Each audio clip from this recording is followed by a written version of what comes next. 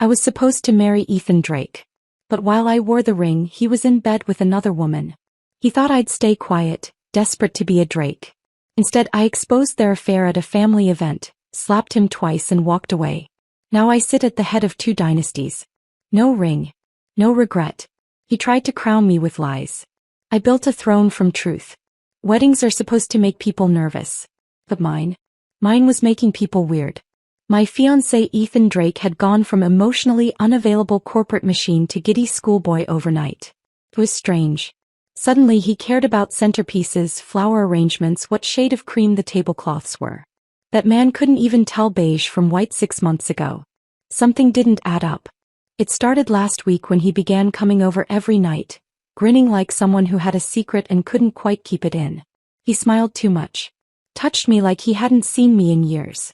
Kissed my collarbone like he meant it. Ethan never meant anything. At first I chalked it up to nerves. Maybe he was finally coming around. Maybe by some miracle he'd realized I was more than just a convenient family alliance. But last night changed everything. I was brushing my hair before bed when I noticed the balcony door was open. A voice murmured outside, low but tense. Not Ethan's typical clipped, professional tone. It was more relaxed. Smoother. A little younger, maybe. I moved closer, soundless on the hardwood floor. You'll need to work harder on handling things on Sienna's end, the voice whispered. She's about to give birth and I really don't feel at ease about her. Make sure your act is convincing. Don't let anyone find out. We'll switch back at the wedding. There was a pause. Oh, and try on the wedding gown for me tomorrow. Make sure it's white. My stomach didn't drop. My hands didn't shake. I didn't gasp. Instead, I pressed my lips together and smiled. Switch back at the wedding, he said. That was all the confirmation I needed. The man I'd been kissing, undressing, and sleeping beside this past week wasn't Ethan Drake. It was his twin brother, Landon. And apparently, Ethan had asked him to fill in while he played house with his pregnant mistress. How cute. I padded softly back toward the bed, shedding my robe and pulling the strap of my satin camisole back over my shoulder just as the sliding door opened. He stepped in like he owned the place. Tall, sharp suit, tousled hair like he'd raked a hand through it after hanging up the phone. And that familiar smirk. Only it wasn't Ethan's usual mask. This one held warmth. Wifey, he drawled as he wrapped his arms around my waist from behind, his chin resting on my shoulder. I tapped his forehead lightly. Who are you calling wifey? We're not married yet. I don't accept early titles. He chuckled but said nothing, burying his face into my shoulder like a content dog curling up in the sun. That was Landon, all right. Ethan would never, ever, do that. Affection wasn't in his vocabulary. It was laughable that they thought I hadn't noticed. I turned in his arms and tilted my head, fingers draping over his shoulders. Who were you talking to just now? I asked sweetly. Hiding out on the balcony like a secret agent. He blinked just a beat too slow. Work stuff. Must be some interesting work, I said, voice light. What are you hiding, him? Got yourself a little secret lover. He leaned in and kissed the corner of my lips. Not telling. It's a secret. Typical. Then just like every night this week he lifted me with ease and carried me to bed. And just like every night he made sure I couldn't lift a single finger afterward. I woke late the next morning, sunlight bleeding across my cheekbones. Landon, still pretending to be Ethan, had one arm thrown lazily across my waist. He stirred when I shifted. Morning, Clara, he murmured. It's a new day. Aren't you going to kiss me? I smirked. Is that how it works now? Rewards for existing. He pouted playfully, that same boyish grin Ethan had never once worn. I gave him a kiss, soft, slow, lingering, and pulled back. Happy now? I asked, stretching. You exhaust me, you know. Worth it, he mumbled, hugging me tighter. I let him hold me. Why not? This wasn't going to last.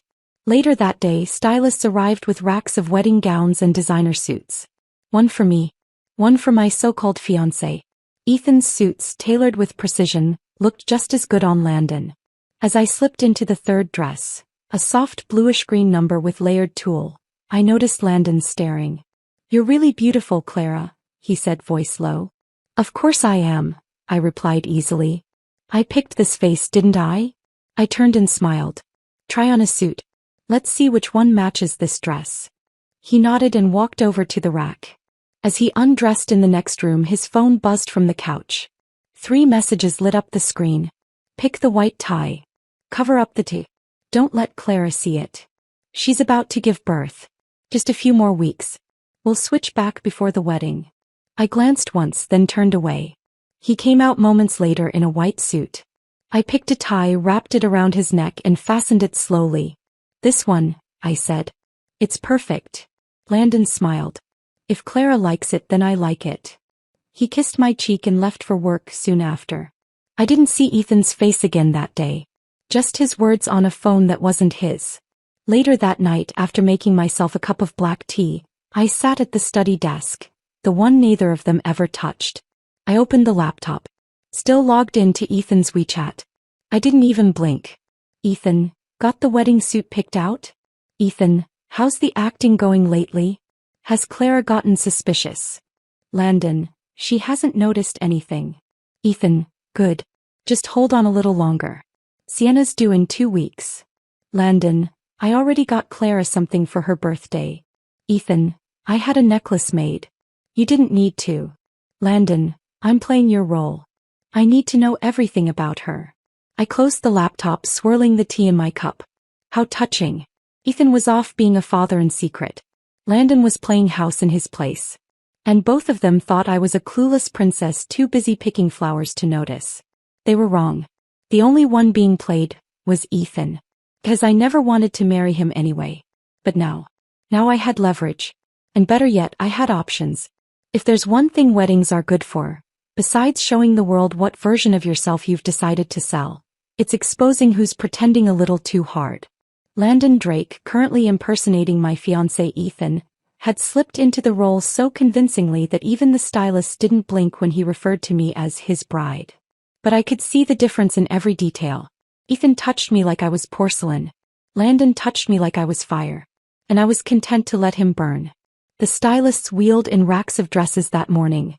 Couture gowns from 5 different designers, each one worth more than some people's mortgages. There was a whole separate rack of tailored suits, all perfectly measured to Ethan's exact frame. Landon, of course, fit them without issue. They were twins after all. He lounged on the chaise while I stepped into the first gown. A sleek white satin number with hand-beaded applique. It shimmered under the lights. You look incredible, Landon said, sitting up straighter. I turned to the mirror and tilted my head. It's not bad. A little too traditional, maybe. Try the one with the open back, he suggested. The one with the pearl spine chain.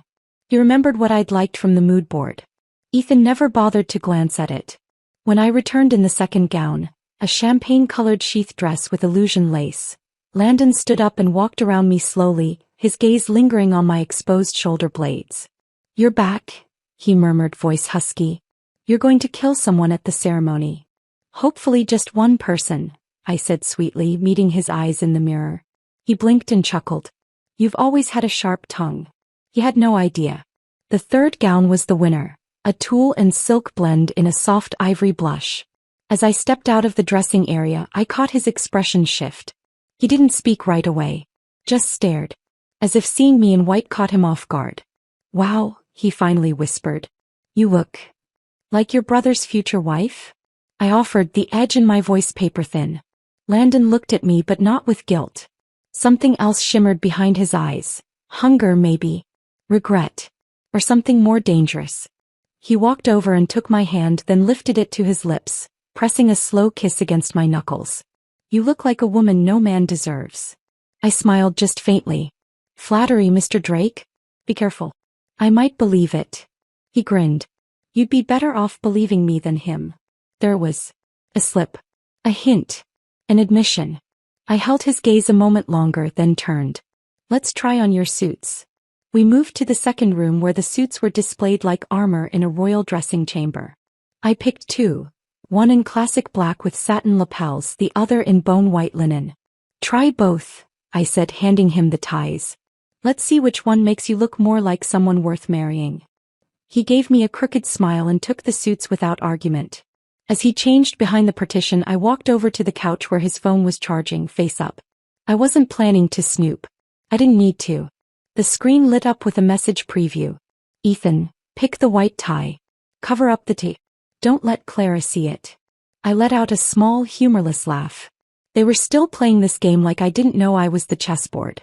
Another message buzzed in. Ethan, she's about to give birth. Just a few more weeks. We'll switch back at the wedding. My fingers itched to open the full chat, but I didn't. Not yet. That would come later. Landon stepped out wearing the black suit, shirt crisp, collar starched, tie undone. You look sharp, I said. Only sharp, he teased. I walked over and looped the black silk tie around his neck, fingers slow and deliberate. Sharp enough to cut. I tightened the knot, stepped back and looked him over. This one. Definitely this one. He raised an eyebrow. Not the white. I've had enough white lies for one engagement. His eyes flickered. He left soon after with a quick kiss to my cheek and the excuse of a business meeting. I watched the door close behind him, then made my way into the study. The one room in the apartment neither twin ever touched. Ethan had used it once weeks ago when he needed to host a Zoom meeting. He never bothered to log out of his WeChat. A careless man in love might forget to clear a chat history. A careless man managing 2 women and 1 twin impersonator? He forgets everything. I tapped the laptop open. It was still logged in. Bingo. Ethan, Landon, thanks again. I owe you big for this. Landon, don't thank me yet. Ethan, she's been acting normal? Landon, better than normal. Ethan, just hold on a little longer. Sienna's moods are all over the place. We'll switch back before the wedding. Ethan, once the baby's out, I'll send them both abroad. Clara never has to know. I sipped from my glass of tea, letting the heat warm my throat. Never has to know? Too late, darling. Landon, you sure you still want to marry Clara? Ethan, of course. She's the real deal. Olivia was just a stupid mistake. Sienna. Olivia. Mistake. I kept reading. Ethan, once everything settles, I'll propose again properly. The board will love her. She makes us look solid. Ethan, don't forget her birthday's coming up. I commissioned that emerald necklace. You pick it up. Landon, I already got her something. Ethan, why? Landon, because if I'm pretending to be you, I have to know her. I sat back slowly, closing the laptop with a soft snap. Landon was falling for me. That much was obvious. But what he didn't know was, I'd already made my decision. Neither of them deserved me. But one of them might still be useful. That evening Landon came home with a small wrapped box. Emerald green ribbon. I accepted it with a grateful smile and a kiss to the cheek, never once mentioning the message I read hours earlier. Is this game? This lie? It was mine now. There's a kind of magic in wearing revenge like a dress. Especially when it's hand-stitched custom fit, and paired with a smile that could slice through steel. Mr. Theodore Drake, Ethan and Landon's grandfather, was turning 70, and the Drake family spared no expense. It was less a birthday party, more a parade of legacies and power. Politicians, billionaires and socialites flowed into the ballroom like caviar and gold. Everyone was watching. And I was ready. My heels clicked in deliberate rhythm against the marble floors as I entered the Grand Astoria ballroom. I wore an off-shoulder gown the color of antique champagne, with a high slit and a dramatic train that whispered behind me. Jewels sparkled at my collarbone. My hair was swept into a low twist, not a strand out of place. The Bennett family's presence was already newsworthy. But tonight I wasn't just here as Clara Bennett. I was here as his fiancée. The crowd parted just enough as I moved toward the banquet hall's heart, all polite nods and murmured greetings. I spotted the familiar cluster of Drakes first. Mr. Theodore seated at the center table like a crowned emperor. To his right were a handful of distant cousins and executives from Drake Enterprises. The brothers hadn't arrived yet. Perfect. I made my way to the dessert table, eyeing a miniature éclair when a flash of white fabric caught my eye near the cake tower. Not just white, maternity white. Soft, elegant and unmistakably designed to flatter a third trimester figure. She stood there nibbling on a strawberry tart, laughing quietly with one of the older women. Long brown hair. Porcelain skin. Pregnancy glow. So this was Sienna Moore. Ethan's secret. His pregnant little lie. Up close she was exactly as described, refined, innocent looking, a touch too rehearsed. I could see why Ethan thought she was the safer bet. She looked like someone who could be hidden away in a country house and wouldn't ask too many questions. I walked over slowly, sipping champagne as I came to a stop beside her. "Hello," I said warmly. "You look unfamiliar. I don't think we've met." She turned quickly. Too quickly. The pastry slipped from her fingers and landed on the tablecloth with a soft thud. She blinked. Sorry. I didn't think anyone was here." Her voice was lighter than I expected. Polished. Her eyes flicked to my neckline, my heels, and then back to my face. I offered my hand. "Clara Bennett." She hesitated for a second, then reached out. "Sienna. Sienna Moore." I smiled. "It's lovely to meet you. Your dress is beautiful." She gave a strained laugh. "Thank you. I had to have it adjusted 3 times this month. You know how it is." I didn't actually, but I nodded. Then softly I added, "Drake, you said?" Sienna blinked. "Sorry. Your husband. Or fiancé." I gestured to her ring finger. "What's his last name?" She looked uncertain for a beat too long. Then, "Drake. My husband's last name is Drake." My eyes lit up. What a coincidence. My fiancé's last name is also Drake. A beat of silence. "Oh," she managed, her lips stiff. "Yes. Ethan Drake," I said, casually brushing invisible lint off my dress. "We're getting married next month." There was that beautiful freeze. The breath caught in her throat. The slight twitch of her fingers. Before she could stammer anything else, someone rushed over to her side. "Sienna," the man said, placing a protective hand on her lower back. "I told you not to wander off. What if someone bumped into you?" I turned. There he was. Ethan Drake. The real one. For a man juggling 2 women and an unborn child, he looked impressively composed. But his eyes betrayed everything. Guilt, panic, recognition, and then horror.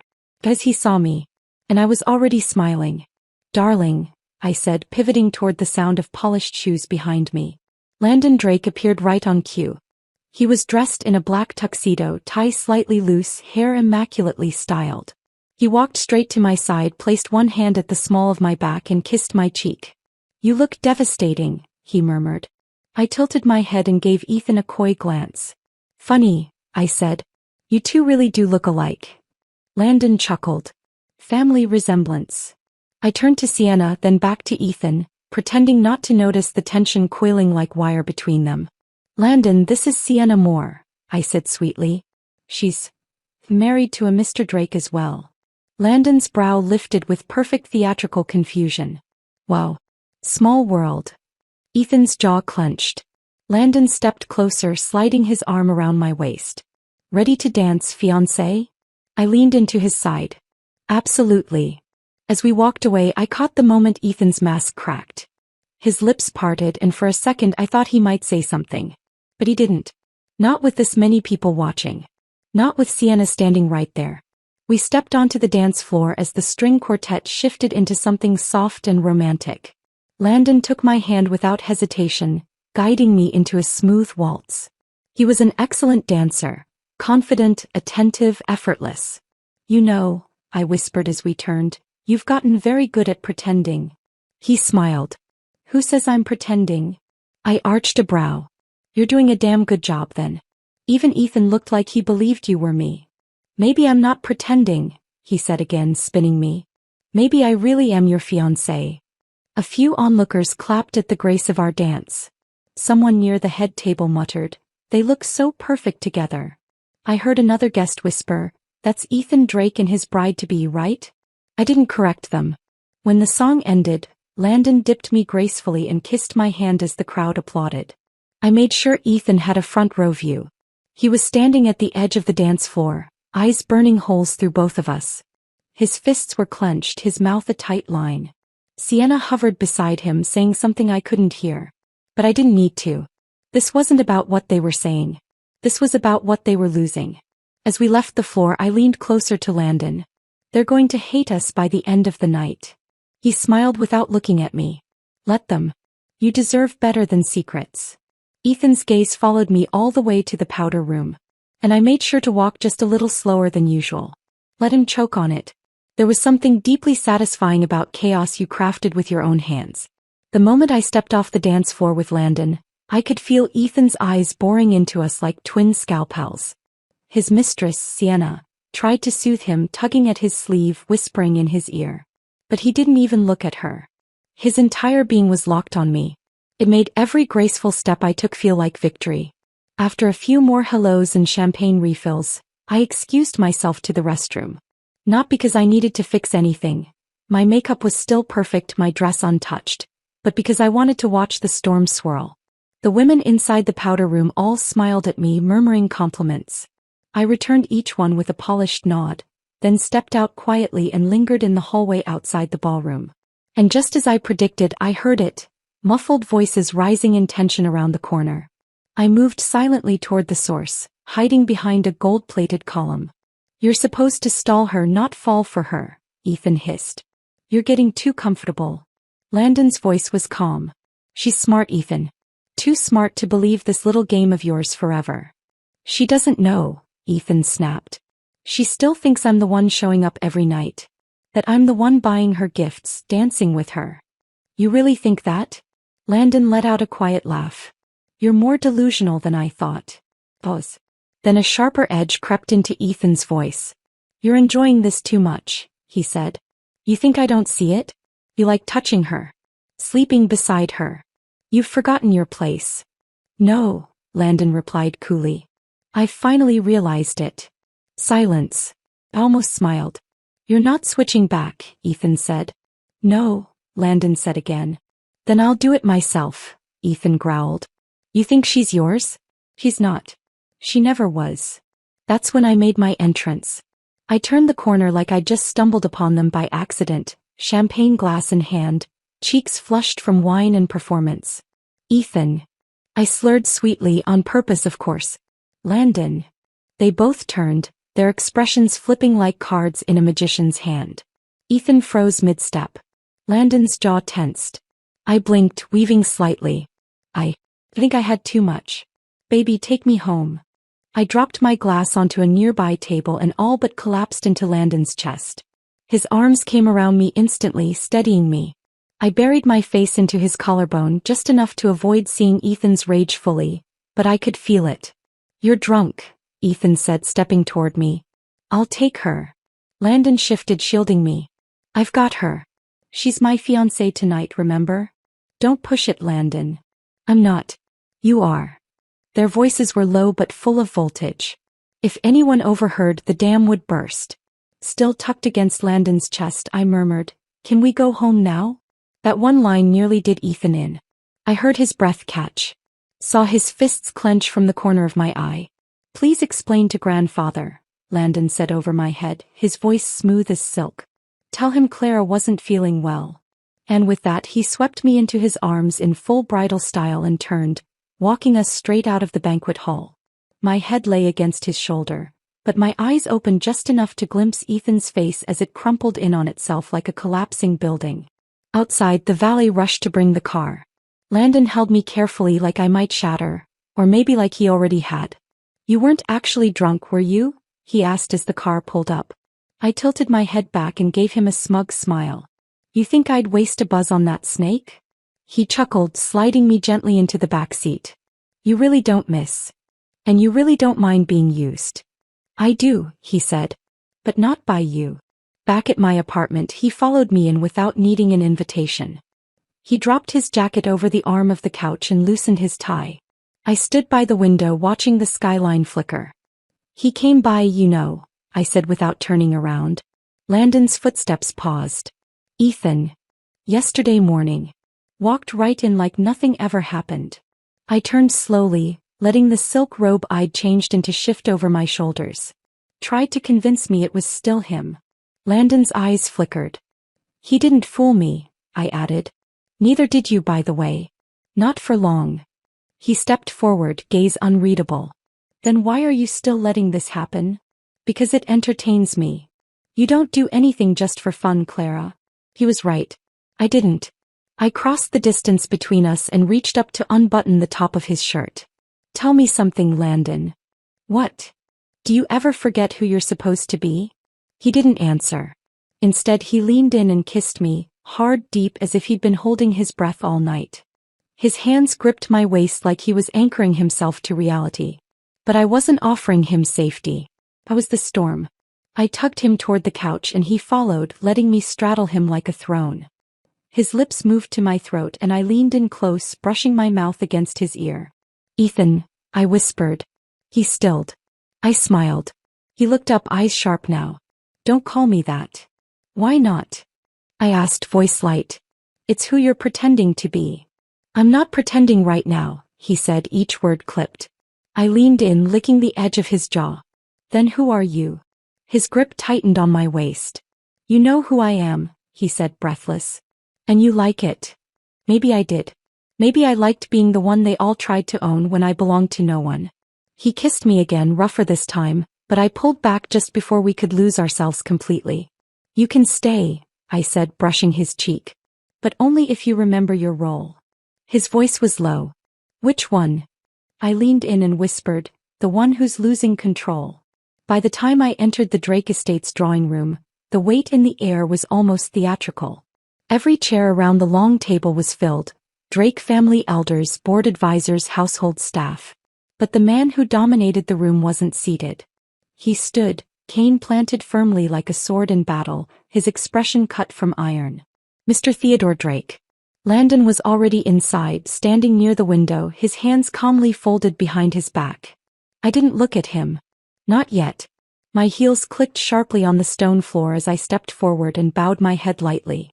"Grandfather," I said with just the right amount of tremble in my voice. "I came as soon as I heard." Theodore's eyes narrowed. "Where's Ethan?" I hesitated just long enough for the silence to sting, then said softly, "I don't know. I haven't heard from him since the banquet." There was a pause. Someone at the table shifted awkwardly. "And yet," Theodore said coolly, "my staff tells me you arrived at last night's party on Landon's arm. Not Ethan's. And this morning Ethan is nowhere to be found while Landon is here. So Miss Bennett, I'd like to know exactly what is going on." I let my breath hitch. Then I dropped into the chair beside me, letting my posture sag just slightly, and whispered with just enough strain to sound devastated, "I didn't want this. I didn't plan any of it." I looked up at the table, eyes wide and vulnerable. But after last night, after what I saw, what everyone saw, how could I stay silent? The room held its breath. I was humiliated, I continued, left alone without so much as a word. Until Landon stepped in. Stepped in. Theodore cut sharply. "You speak as if your fiancé was replaced like a bad butler. This isn't a children's game." I looked down, let one tear fall, timed, silent, elegant. Then softly, "You're right. I should have known something was wrong." Landon cleared his throat gently. "If I may speak, grandfather." Theodore gestured stiffly. "By all means. Clear this mess." Landon stepped forward, voice even. "It's true that I pretended to be Ethan during the first week of the engagement. On his request. He needed time, there were matters he claimed he had to finish. He begged me to stand in. I was hesitant at first, but..." He turned toward me slowly. "But the moment I met Clara, I realized this wasn't just a favor anymore." The silence that followed was deafening. "I take full responsibility for letting the act go on longer than it should have," Landon continued. "But I wasn't the one with secrets." He reached into his coat and handed Theodore a single envelope. Theodore opened it slowly. Photos. Reports. Sienna Moore. Pregnant. Ethan beside her. Several gasps echoed around the room. "Ethan has been seeing another woman behind Clara's back," Landon said evenly. "And she's now carrying his child. That's the truth." Theodore looked at me again, longer this time. I could feel the shift happening. From suspicion, to pity, to reluctant respect. "Is this true?" he asked quietly.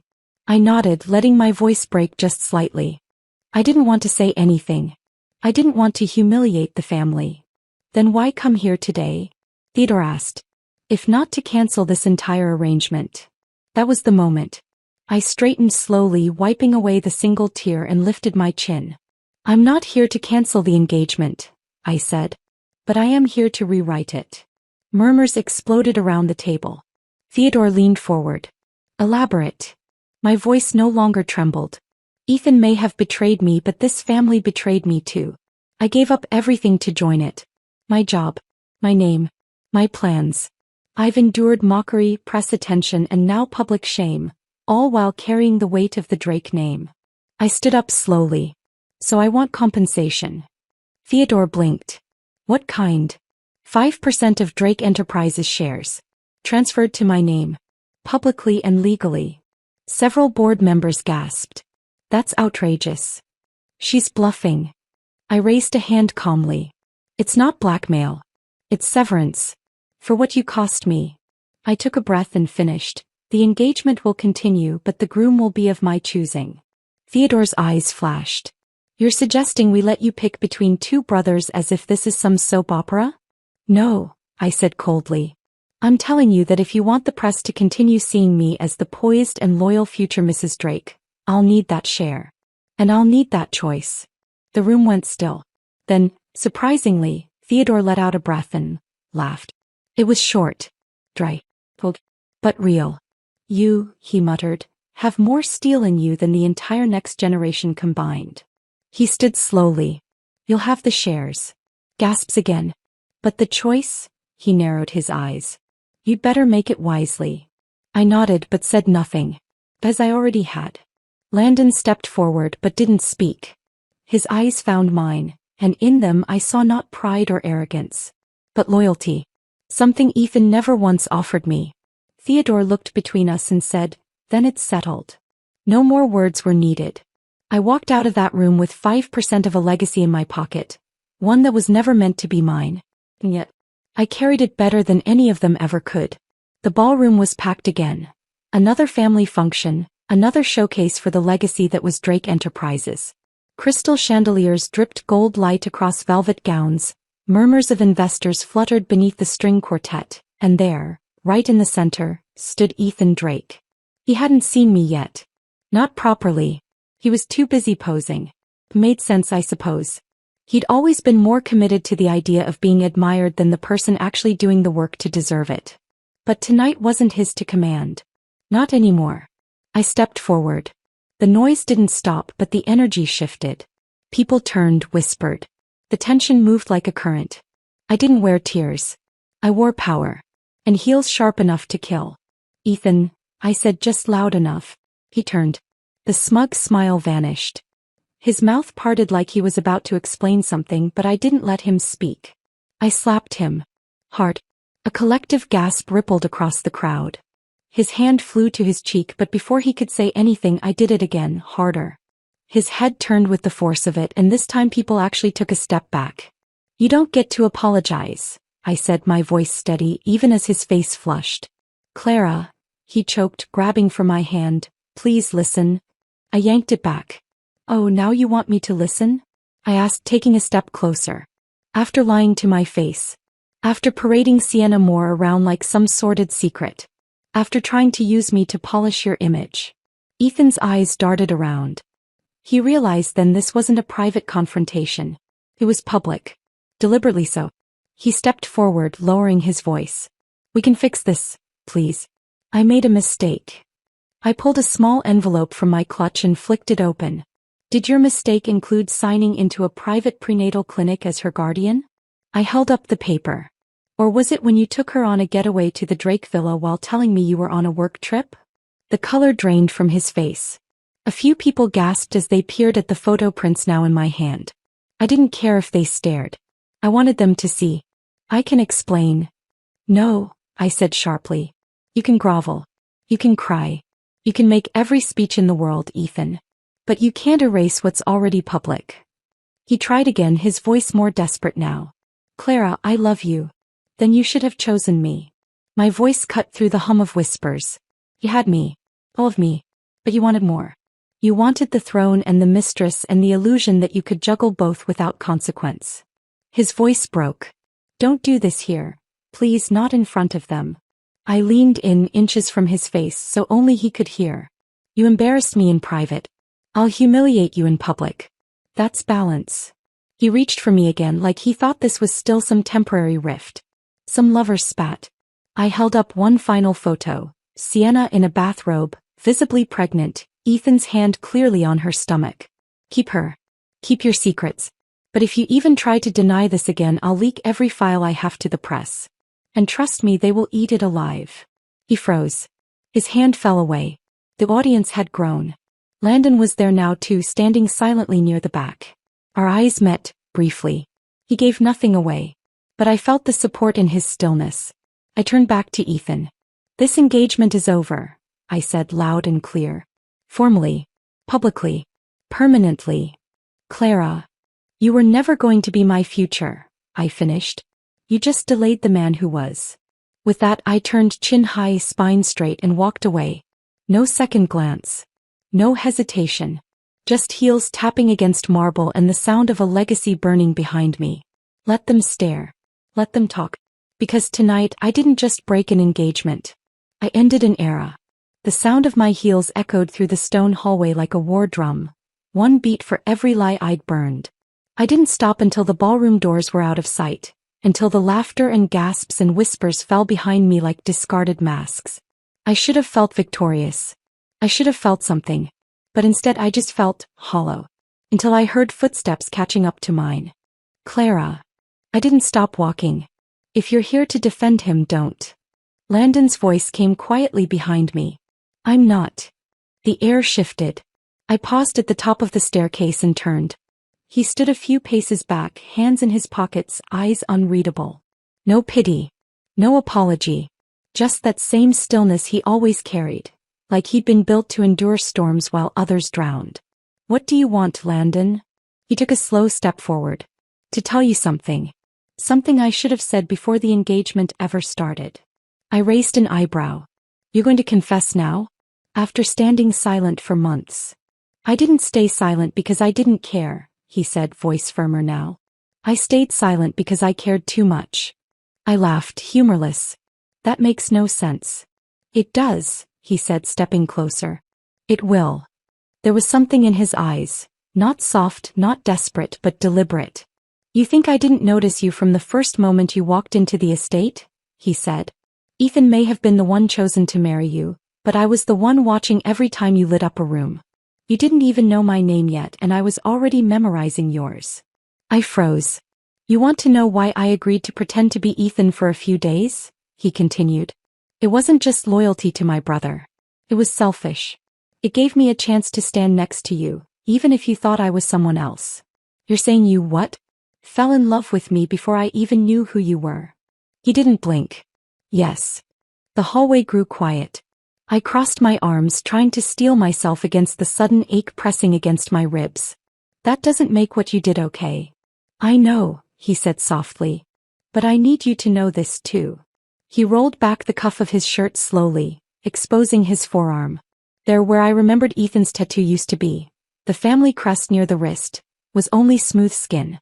Faint traces of a laser scar. No ink. No mark. I had mine removed, Landon said. My eyes widened. What? When Ethan asked me to impersonate him, I didn't want you to find out by accident. So I had it taken off before you saw it. I wasn't planning to lie. But when you looked at me like I was him, I didn't stop you. I stared at the skin on his arm. Proof of a decision that had nothing to do with convenience and everything to do with protecting a secret he should never have agreed to keep. Why would you go that far? Because I knew I was going to fall deeper, he said. And I wanted you to choose me, not because of a tattoo, not because of a lie, but because you saw me. Silence stretched between us.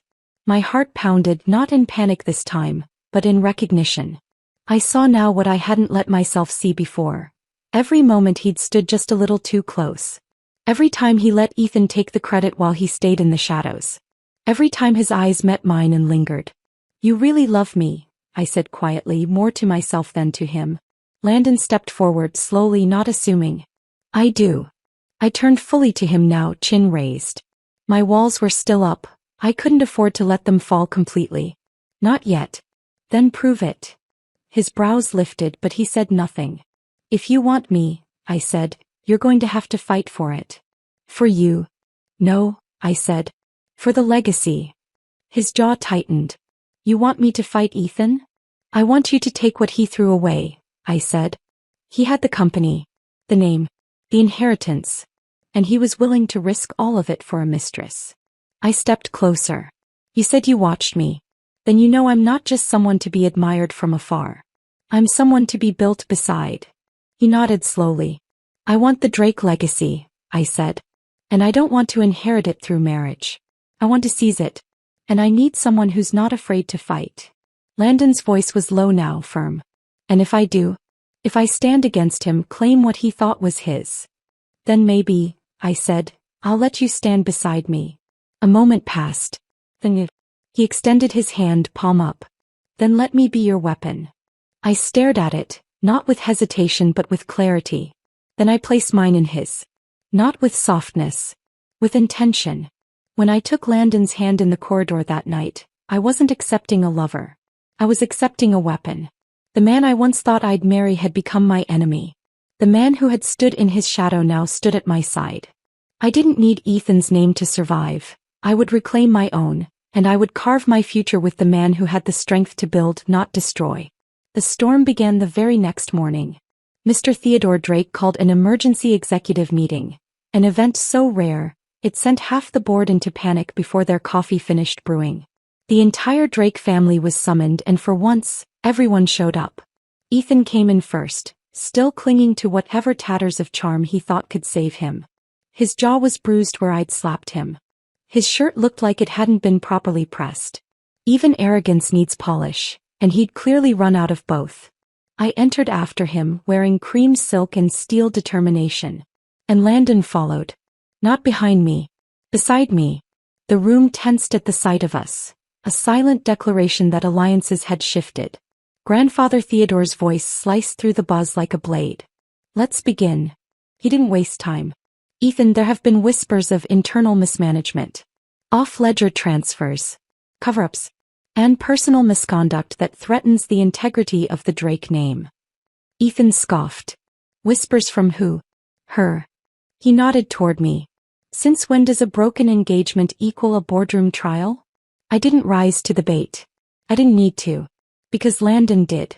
No, he said, stepping forward. The whispers came from me. The room stilled. Landon pulled out a folder. Crisp, heavy, deadly. Inside were financial statements, flagged transactions, expense reports masked as charitable donations, and ghost vendors routed through Ethan's private accounts. It was meticulous. Ruthless. Undeniable. He laid it on the table with finality. I didn't want to bring this forward, Landon said. But Clara wasn't just betrayed personally. She was used, leveraged, as a distraction while Ethan redirected company funds into a shell operation to cover personal debts. Ethan stood, rage rising. You're lying. Grandfather didn't flinch. Sit down, Ethan. I'm your grandson. And I am the name that built this empire from dirt and granite. Theodore's voice boomed across the table. Do not insult me by thinking I would protect you over protecting my legacy. Ethan's breath hitched. Landon continued, his voice calm. The damage is reversible. But only if we act now. He turned toward Theodore. If you remove Ethan, I'll assume control. I have a full strategy drafted and a team already assembled. Clara will serve as co-chair on transition operations. We'll preserve the brand and rebuild trust. I didn't smile. Not yet. This wasn't victory. This was justice. Theodore leaned back in his chair, staring at his grandsons. Then at me. Then he nodded. Effective immediately, Ethan Drake is stripped of all executive authority, fiduciary access, and internal privileges. Landon Drake will assume interim control. The words hung in the air like thunder. Ethan looked around as if waiting for someone, anyone, to come to his defense. No one moved. And then came the second storm. The doors burst open. Sienna Moore stormed in, round-bellied and red-lipped, clutching her designer bag like it was armor. You can't do this, she shrieked. That baby is a Drake. I deserve to be heard. She turned to Theodore. You won't throw out the mother of your heir. That's blood. Theodore didn't even blink. You were never family, he said coldly. You were a stain my grandson invited in. Sienna's mouth opened and closed, stunned. You want to weaponize a child? He continued. Do it elsewhere. My estate is no longer your stage. Security appeared behind her. Sienna lunged toward Ethan, grabbing his arm. Say something, But Ethan stood frozen. He didn't even look at her. He just looked at Landon, the brother who had taken everything. And then at me. I met his eyes without flinching. The moment shattered him. Sienna was dragged out, screaming, the weight of entitlement crumbling around her. And Ethan? He didn't scream. He didn't fight. He just lowered himself back into his seat, shoulders slumped, eyes deadened. A man dethroned by his own hands. As the meeting adjourned and chairs scraped against polished floors, Theodore rose and nodded toward Landon. "Lead well," he said simply. Then he looked at me. "And don't let him forget who made him worthy of the title." I didn't need to answer. Landon offered me his hand as we exited the room. But this time I didn't just take it. I held it high, like a flag planted on the ruins of every betrayal I'd survived. We walked out side by side. He the new heir, and I was no longer a pawn. I was the queen who helped crown him. The ink had barely dried on Ethan's dismissal before the whispers turned into headlines. Drake heir stripped of power. Love triangle ends in corporate coup. From fiancé to queenmaker. Who is Clara Bennett? I didn't read the full articles. I didn't need to. I'd lived every word. The days that followed were filled with transition meetings, media silences, and contracts reshuffled with Landon's signature instead of Ethan's. Theodore, true to his word, had stepped aside, his throne passed on not by bloodline alone but by merit. But then came the knock I should have expected, yet somehow still dreaded. It came not at the estate, but at my apartment, the one I hadn't returned to since walking away from Ethan. I opened the door, and there she was, Sienna Moore. No camera-ready lipstick. No expensive heels. Her designer bag was gone, replaced by a worn canvas tote. Her hair was pulled into a limp bun, her face pale and tired. She looked nothing like the woman who once strutted into the Drake estate demanding recognition. Just a woman who had lost everything.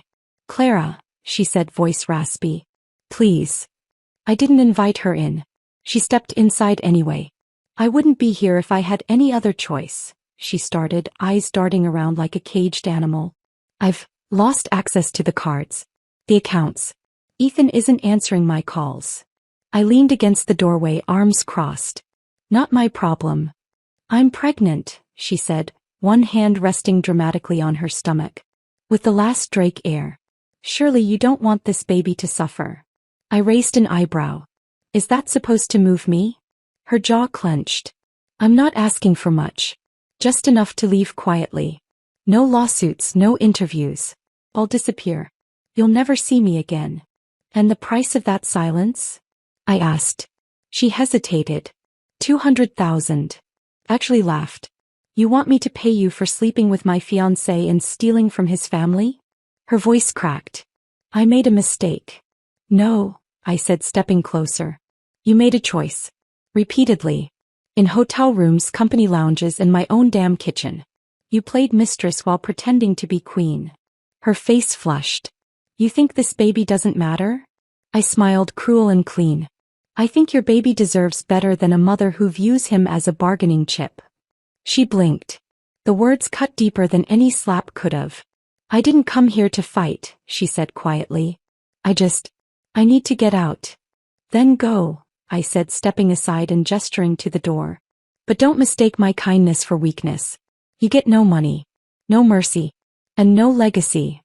She didn't move, so I leaned in, voice low. "You never mattered to me. Not you. Not your baby. Not Ethan. You were a passing phase in his pathetic midlife crisis. I never fought for him, only for myself. And now I'm standing. Where are you?" That broke her. She turned sharply and walked out the door, wiping tears with the back of her hand.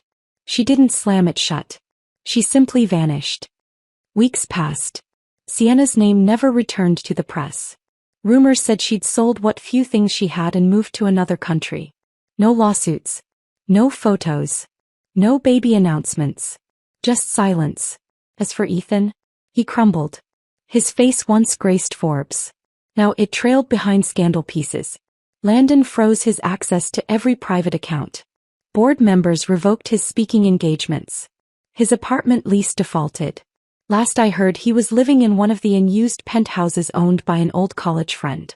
Alone. Jobless. And forgotten. I should have felt triumph. But I didn't. Because the difference between me and them was that I never needed to destroy people to win. I just needed them to show who they really were. It was a Friday evening when Landon showed up. No warning. No guard.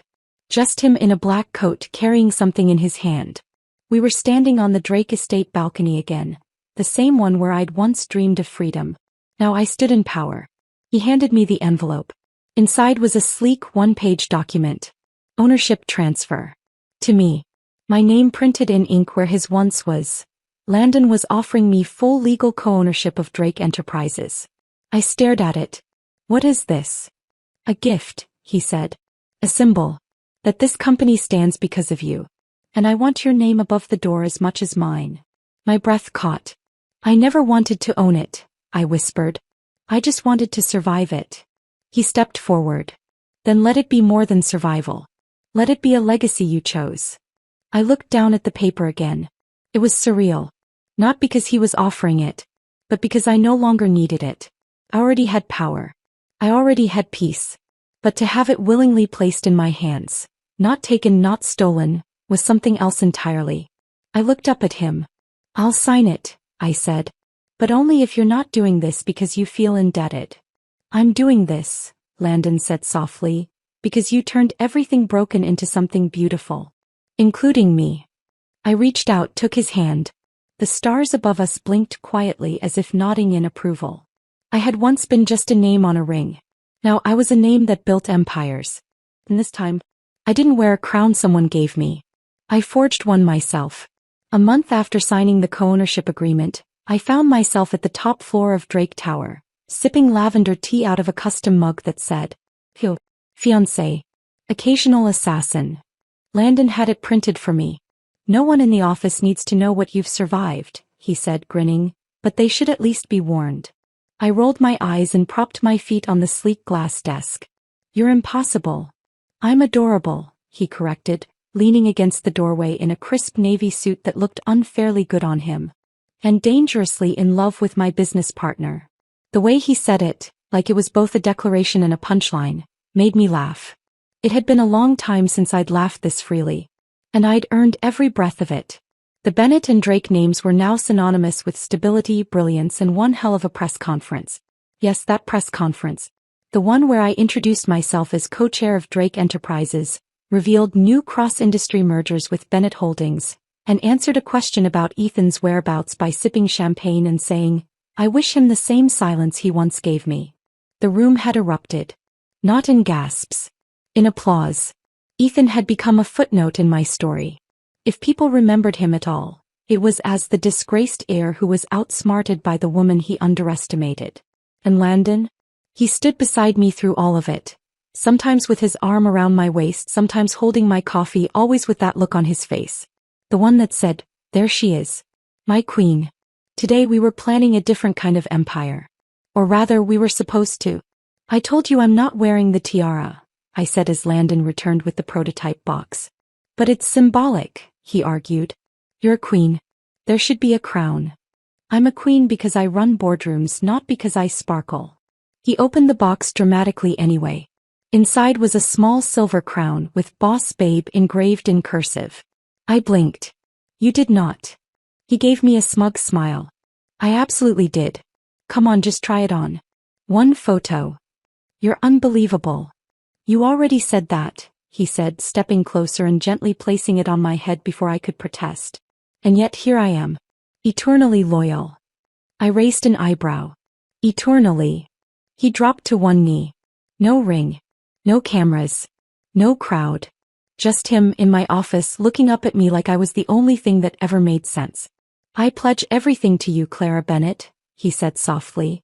Not because you saved me, but because you never needed me and still chose me. My throat tightened. I knelt down to meet him, forehead to forehead. And I pledge this, I whispered, to never let you forget that I don't marry boys. I cupped his jaw. I marry kings. His grin broke out so fast it made me laugh again. Then I guess I better start acting royal. You already do, I said.